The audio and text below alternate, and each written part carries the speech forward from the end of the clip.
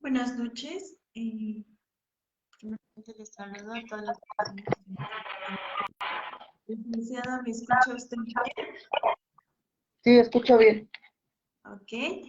Y les pedimos una disculpa porque las 2 semanas anteriores no nos fue posible transmitir, pero fueron cuestiones ajenas a nosotros. El día de hoy estamos aquí, estamos listas ya para iniciar a hablar de un tema que últimamente ha tenido mucha relevancia dentro de nuestra sociedad, particularmente es algo que hemos visto que se presenta más en la sociedad mexicana, porque pues es con la que trabajamos a partir del inicio de la pandemia. Por eso hoy vamos a hablar de ansiedad. Y vamos a empezar por establecer qué es la ansiedad. La ansiedad es una emoción común, es una emoción que todos en algún momento hemos generado y que incluso nos es necesaria. La circunstancia aquí compleja, por así decirlo, surge en los niveles y en la manera en la que cada uno de nosotros gestiona la ansiedad. El uso cotidiano, por así decirlo, del término de ansiedad nos habla de un estado emocional transitorio, es decir, las personas que no lo desarrollan tal cual como un trastorno, la generan de manera transitoria, de manera temporal. Llega un momento en el que ya no la tienen tan presente y es que el generar esta ansiedad hace que todo nuestro sistema se active y que en automático podamos responder mejor ante situaciones de peligro, ante amenazas o circunstancias que requieren niveles muy elevados de atención por parte del individuo.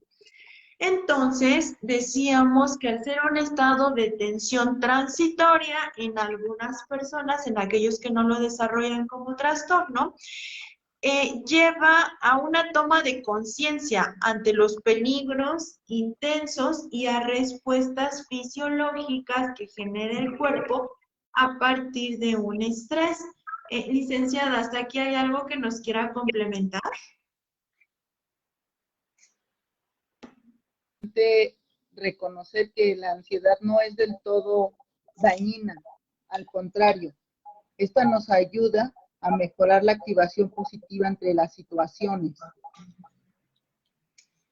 Correcto, tal como lo explicábamos y como la licenciada nos acaba de hacer hincapié, la ansiedad no tendría por qué ser un estado complejo de permanencia para el ser humano, porque es la respuesta física, mental, vaya, cognitiva ante situaciones, de elevado estrés o de complejidad para el ser humano. Por eso es que a veces la ansiedad es entendida como un término de congoja, por así decirlo, de preocupación, de desasosiego.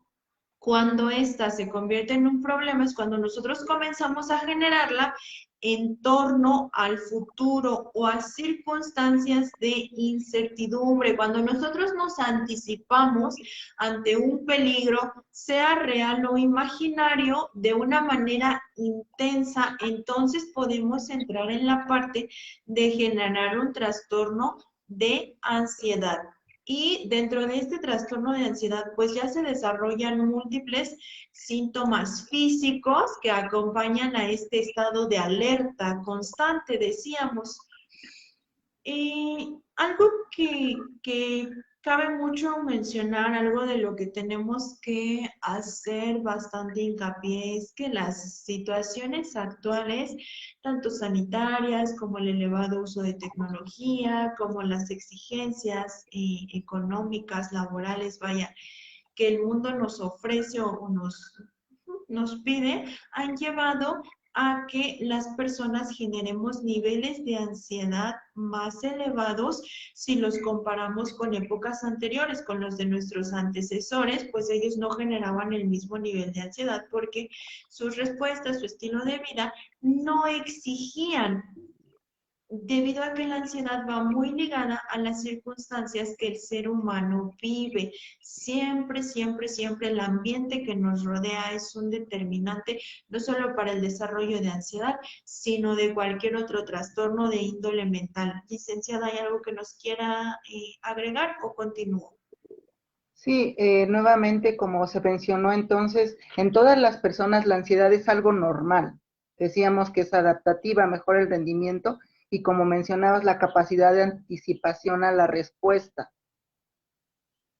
Correcto. Como la licenciada bien nos menciona, existe un nivel de ansiedad normal por ser ligada a las situaciones que como individuos podemos llegar a vivir, a la necesidad de concentración que requiere la ejecución de las tareas que vamos a llevar a cabo y a la alerta que todos los seres humanos generamos en algún momento ante determinadas amenazas aparentes, ¿no? Sin embargo, también podemos llegar a un punto en el que la ansiedad se vuelva una patología, es decir, una enfermedad mental, ¿de acuerdo?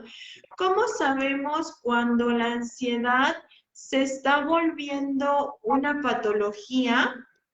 Pues bueno, cuando esta se presenta de una manera continua, ahorita vamos a hablar de los síntomas, pero acuérdate que como siempre hemos dicho aquí, la sintomatología que yo te voy a dar no te sirve para diagnosticarte ni a ti ni a nadie. Recuerda que todo esto es un programa preventivo, es para que tú tengas la información a la mano y si en algún momento la desarrollas o alguien cercano a ti la desarrolla, pues tú sepas reconocerla y entonces también puedas saber que es momento de acudir a un especialista en materia de salud mental, no para que tú generes tu propio diagnóstico y aparte vayas y te busques una farmacia de estas que no tienen como todas las reglas en orden y te van a vender medicamento controlado, no, tampoco es para que vayas a la farmacia y le digas al doctor, es que yo vi un live y luego le digas que lo di yo, no, mucho menos, por favor, donde dijeron que yo tengo ansiedad y entonces vengo a que usted me recete ansiolíticos. No, todo esto es nada más preventivo. Por favor, no pierdas de vista eso.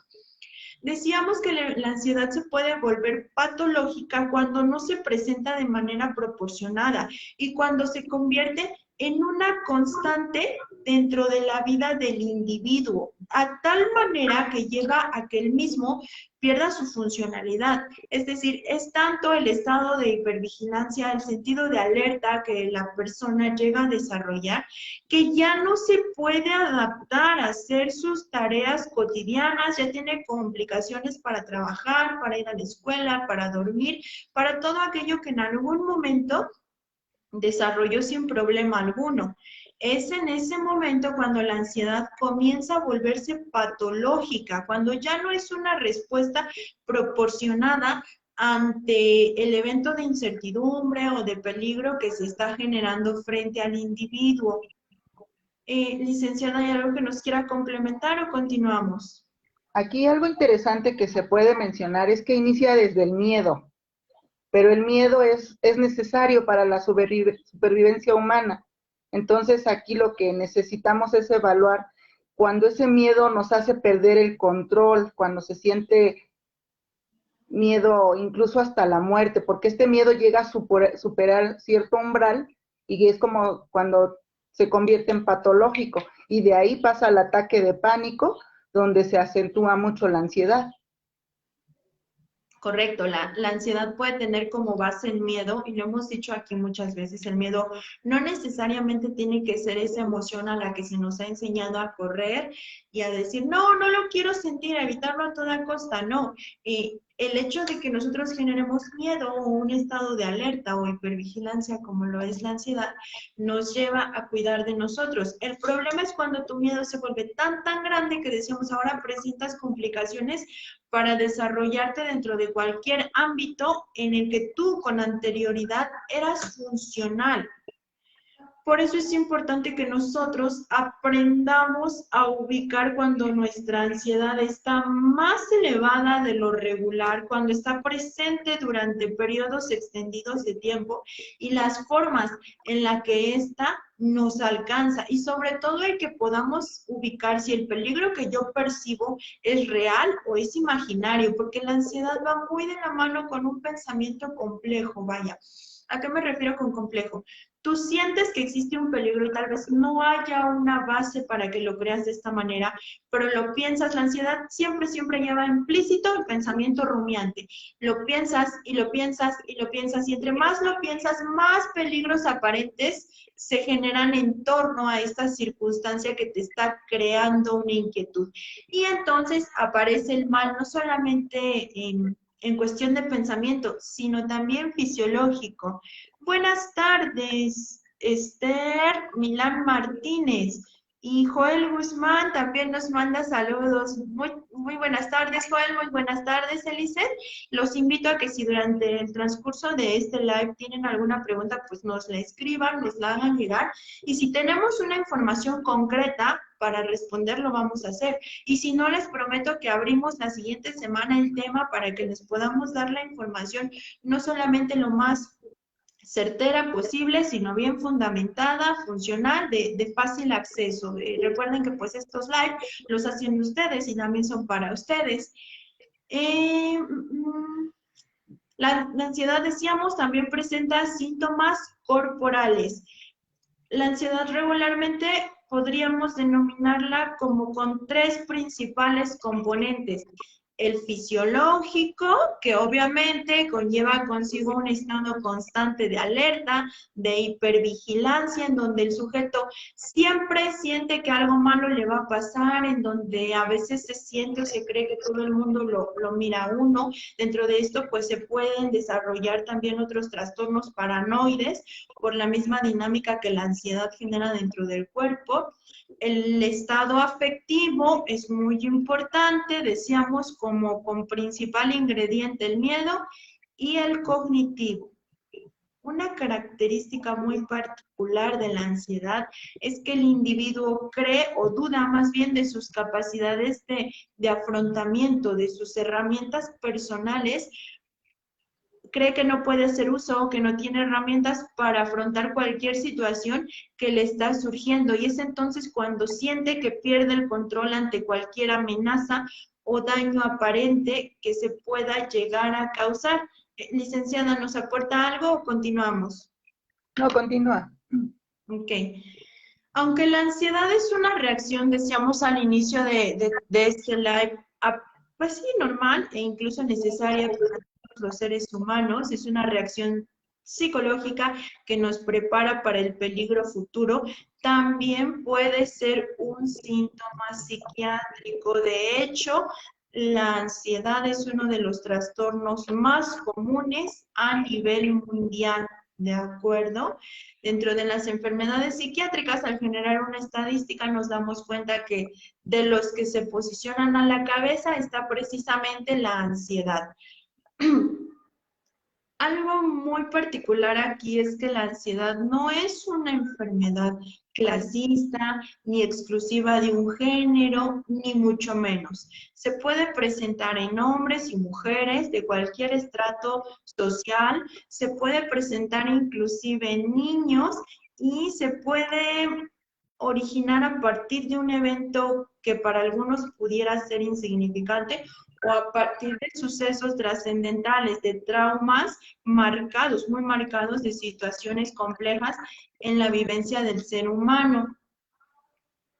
A veces todo el tabú que se tiene en torno a la salud mental, a la sintomatología de la misma, lleva a que la persona no busque la asistencia médica o psicológica que se requiere, ¿ok? Porque nunca faltan las famosas frases, ay, eres un exagerado, eres una exagerada, mira, a mí me han pasado cosas peores y salí adelante, fulanito la pasó mucho peor que tú y no se quejó tanto. Situaciones o comentarios como estos que si bien llevan una buena intención de trasfondo, son faltos de empatía, a veces hacen que las personas tengan dificultades para buscar la ayuda psicológica, psiquiátrica, vaya, profesional que están requiriendo. Entonces, tenemos que tener mucho cuidado al respecto. Acuérdate que la premisa es que si crees que no puedes ayudar, pues entonces des paso a quien sí puede, a quien tiene las facultades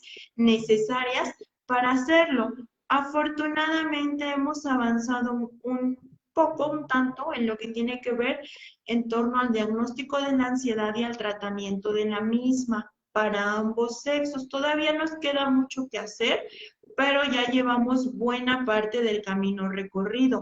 Otro punto que puede ser un factor determinante para la ansiedad, porque te juro de verdad, yo te prometo que no hay nadie que guste de pasar ansiedad, que no conozco hasta ahora a alguien que diga, ay, yo quiero padecer ansiedad, no ha de ser bien bonito, quiero ver qué se siente. No. Otro factor que puede desencadenar un trastorno de este tipo tiene que ver con, o puede tener que ver con la anatomía cerebral, la neuroquímica, es decir, la cantidad de sustancias químicas, neurotransmisores que el cerebro del individuo genera y la manera como estos se van procesando, pueden ser activadores para que el individuo dé como resultado un trastorno de ansiedad.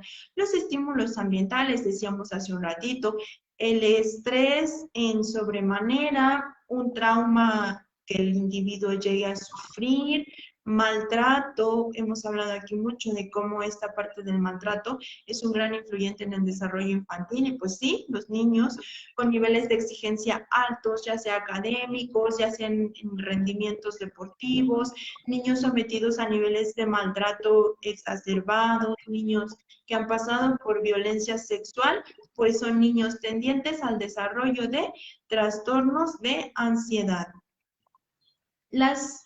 Las circunstancias que pueden influir dentro de la aparición de un trastorno de ansiedad, pues varían de un individuo a otro. Sin embargo, tenemos poco conocimiento en realidad como para hablar de un determinante específico acerca de cuál es el punto que activa los trastornos de ansiedad. Licenciada, ¿hay algo que nos quiera colaborar o damos seguimiento? Eso que mencionas es importante porque el tener el apoyo profesional nos ayuda a determinar cuál es la situación. Existen neurotransmisores como el neurotransmisor GABA, el ácido gamma-aminobutílico, que tiene la función de provocar calma y tranquilidad. Este se activa ante una situación de crisis y si no funciona, entonces es lógico que la ansiedad se dispare. Correcto, ese es un punto bien importante, ¿no? Yo te decía hace unos minutos, yo no conozco hasta el día de hoy, nunca he tenido un paciente, no tengo algún amigo, alguna amiga que diga, yo quise padecer ansiedad. A veces tiene mucho que ver con esto. La licenciada nos hablaba del neurotransmisor GABA. Cuando este no se genera en las medidas, en las cantidades, vaya, necesarias para un óptimo funcionamiento cerebral, pues desde ahí tenemos el activador.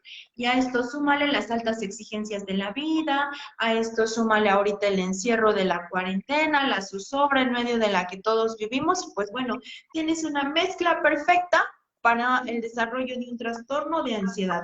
Ahorita vamos a hablar de manera más detallada cuáles son los diversos trastornos de ansiedad que se pueden ir presentando como los más generales que da la población mexicana, pero vamos a iniciar por la sintomatología del trastorno de ansiedad generalizada, ¿ok?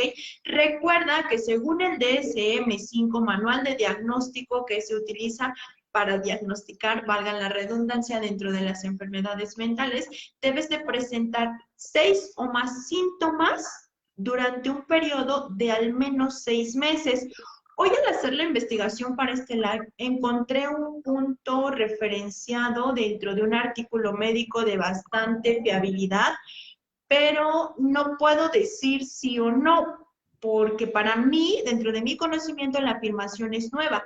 Este artículo que se puede encontrar en Redalic, más tarde si alguien quiere la bibliografía con mucho gusto se las proporciono, decía que en el caso de infantes basta con un solo síntoma durante 2 semanas. Les repito, no es algo que yo pueda corroborar, no empata con lo que en algún momento me fue enseñado, ni con lo que hasta ahora había encontrado, pero pues bien valdría la pena ahondar un poquito. Entonces, retomando, ansiedad generalizada, ¿qué síntomas me va a dar a mí para que yo los pueda ubicar?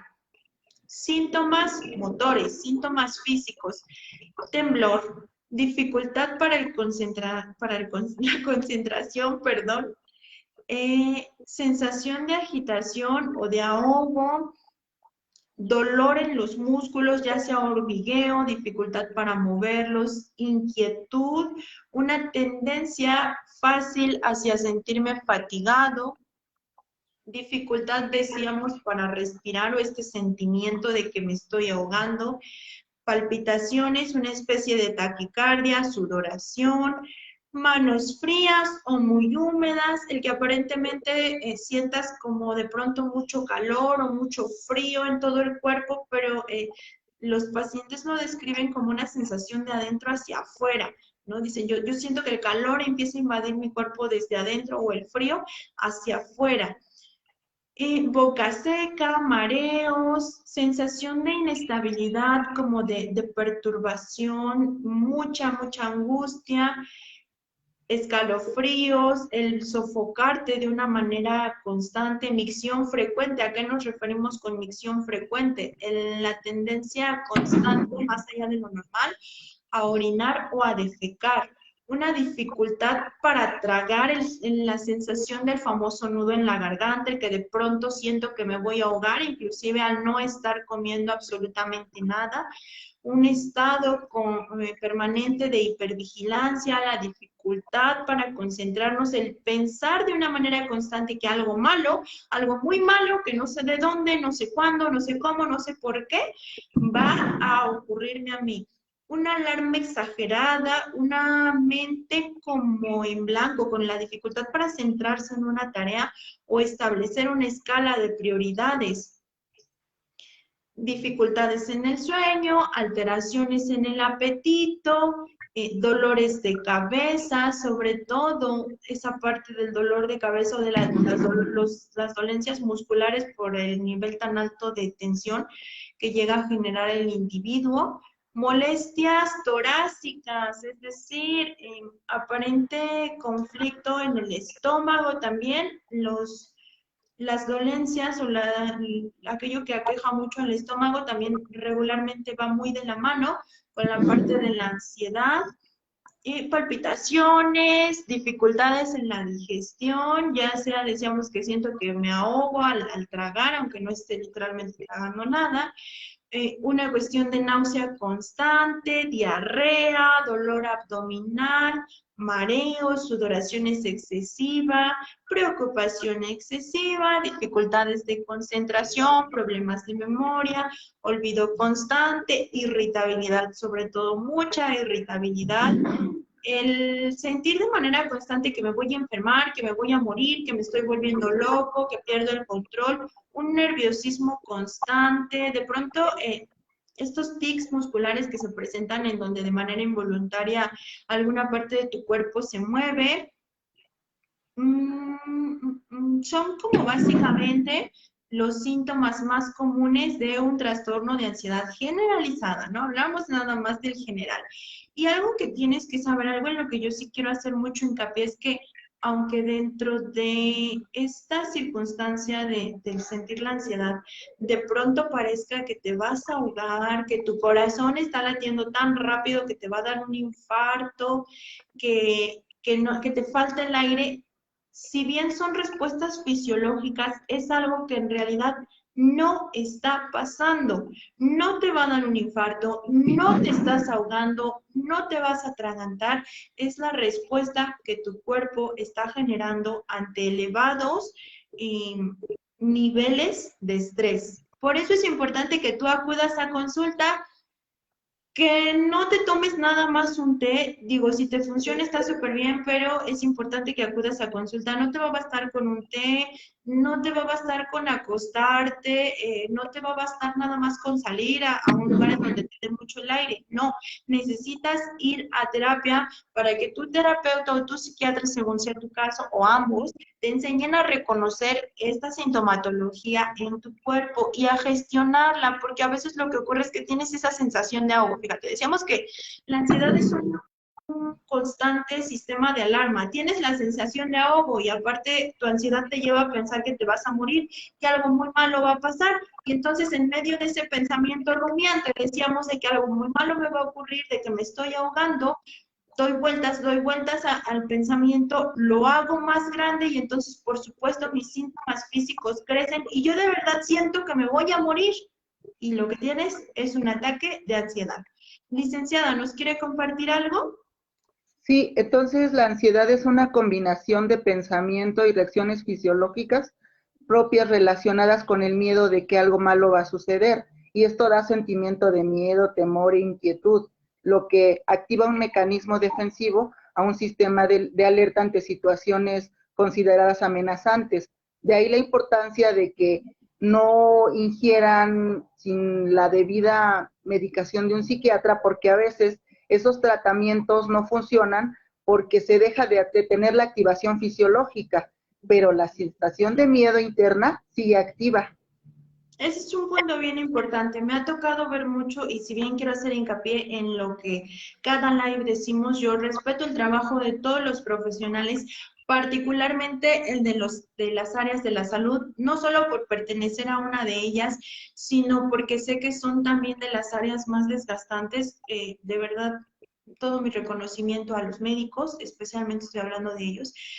Pero me ha tocado ver mucho últimamente que con toda esta situación de encierro, de aislamiento social, las personas están desarrollando en mayor escala trastornos de ansiedad y entonces tú vas al médico, obviamente pues algo te está pasando, vas al médico, buscas ayuda médica y el médico te revisa y lo primero que hace es mandarte ansiolíticos. A lo mejor es cierto, te dan los de más bajo espectro y pues sí, después que estos alcancen un nivel en sangre, tus síntomas van a mejorar, pero cuando te los retire, porque aparte los recetan, yo no receto, no tengo facultad para ello, pero tenemos como psicólogos, tenemos conocimientos farmacológicos, te los recetan una semana, 15 días, ¿no? ¿Y qué va a pasar con toda esta cuestión del pensamiento que originó tu trastorno de ansiedad cuando te sea retirado el medicamento? Por supuesto que tus síntomas van a volver y sabes qué, déjame decirte que van a volver mucho más intensos. Y entonces es cuando ya se crea un problema mayor, porque como la persona ya fue a un médico, a un especialista en el área de la salud y le dio un medicamento que la tuvo aparentemente tranquila o solucionado el problema durante algún tiempo, pues ahora ya no sabe